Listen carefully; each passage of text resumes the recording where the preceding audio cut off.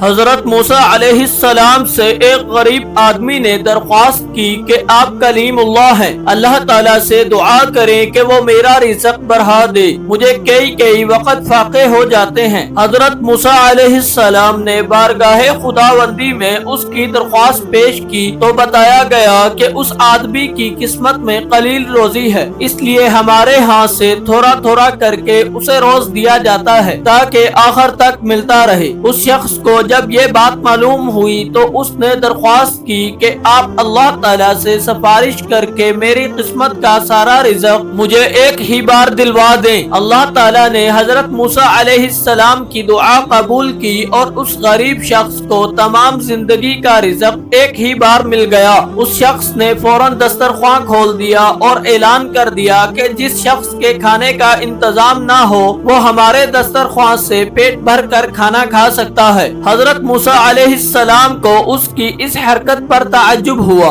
انہوں نے اسے سمجھانے کی کوشش کی لیکن جب وہ نہ مانا تو مایوس ہو کر چلے گئے۔ ایک ہفتے بعد ان کا ادھر سے گزر ہوا تو دیکھا کہ دسترخوان ابھی تک جاری ہے۔ دوسری مرتبہ وہ 1 ماہ بعد اور تیسری مرتبہ 6 ماہ بعد ادھر سے گزرے تو آپ نے حسب معمول اسی طرح لوگوں کو دسترخوان سے کھانا کھاتے دیکھا۔ ان کا خیال تھا کہ اس غریب آدمی کی دریا دلی کی بدولت سارا رزق چند روز میں ختم ہو جائے گا، مگر دسترخوان ابھی تک مسلسل جاری تھا۔ آپ نے اللہ تعالیٰ سے عرض کیا، یا اللہ، یہ کیا قصہ ہے؟